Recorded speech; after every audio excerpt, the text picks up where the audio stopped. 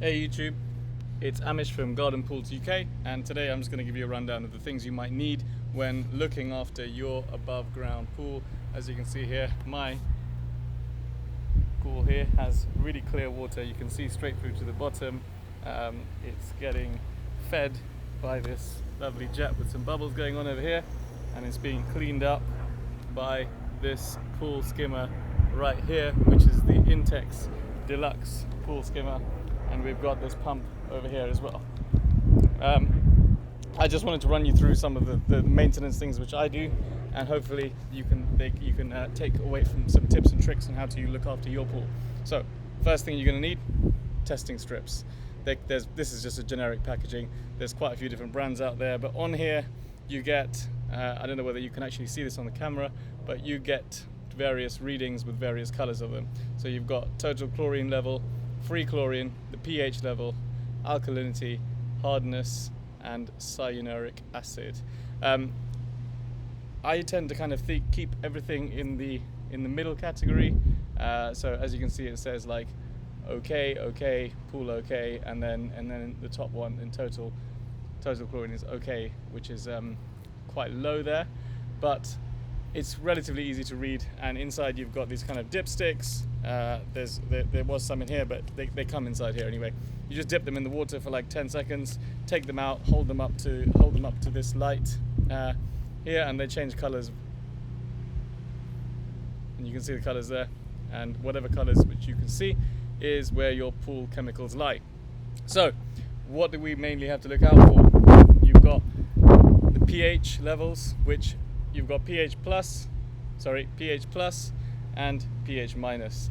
You want to use these to kind of balance out the pH levels in the pool, and those are important before you add chlorine, because they can affect how the chlorine actually functions in the pool. Most importantly, you've got the actual chlorine granules. I like to buy them in these 5 kilogram tubs because you get through quite a bit of it, and this one's pretty empty, and this is my second one of this season. So I would advise getting some large chlorine. Those are like granules, and then you can also get tablets which kind of come in a tube format, and you can chuck the tablet into a small dispenser. However, I found that it's much easier using the granules, so that's my top tip, is to use the granules, balance the water, balance it every like 2 to 3 days. I tend to do it daily when we're using the pool daily, when the sun is out and it's lovely and warm, but otherwise at least once every 2 to 3 days I check the chlorine levels. The other two which no one really tells you about is this one, Spaclarifier. This is actually really good for keeping the water super crystal clear, and it kind of avoids any cloudiness in the water. This just needs like a very small amount. There's actually a little cap inside here, and it only needs 2 capfuls for around 11,000 liters of water, which I have behind me.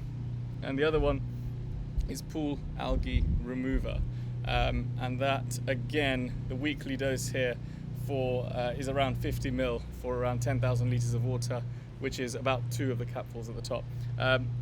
Those seem to be just keeping the water that little bit clearer, cleaner, and as you can see behind me, this pool is actually about 4 months old now, and it is crystal clear. And the other thing, which is obviously doing a great job, is the skimmer, which is taking off anything off the top surface and helping that just get into the filter, or catching it in a basket for me to remove. So that's my walkthrough of the chemicals. Once again, you've got pH minus, pH plus, important to balance out before you add the chlorine. You've got chlorine granules, or you've got chlorine tablets, as you can see behind me. This is all the stuff here. And then you have the clarifier and the algae remover, all of which should be used in conjunction with each other, and all of which should be tested each time you use your swimming pool, or just before you're going to use it.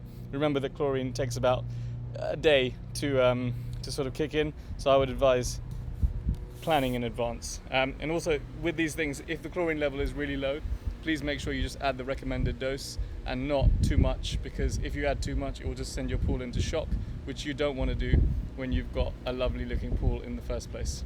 Thanks for your time. Hope you enjoyed the video.